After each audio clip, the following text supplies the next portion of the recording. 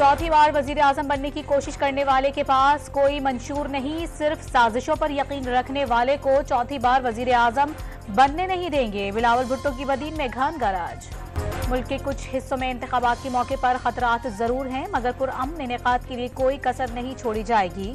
Election commission के इजलास का एलामिया जारी।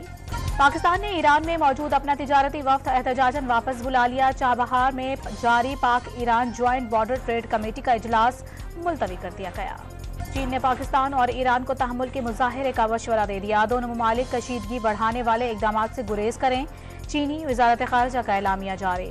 ईरान की जानिब से फ़ज़ाई हुदूद की खिलाफ वर्जी पर संजीदा रद्द-ए-अमल दिया जाएगा। वक्त और नौयत मुतालिका लोग ही तय करेंगे। निगरां वज़ीर इत्तलात की सहाफ़ियों से गैर रस्मी गुफ्तगू।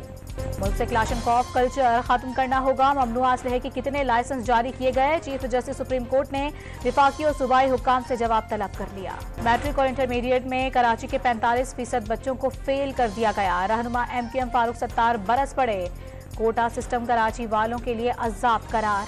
डीजल से बनने वाली महंगी तरीन बिजली अवाम पर इजाफी बोझ। गुज़िश्ता माह डीजल से पैदा बिजली फी यूनिट 42 रुपये 15 पैसे में पड़ी।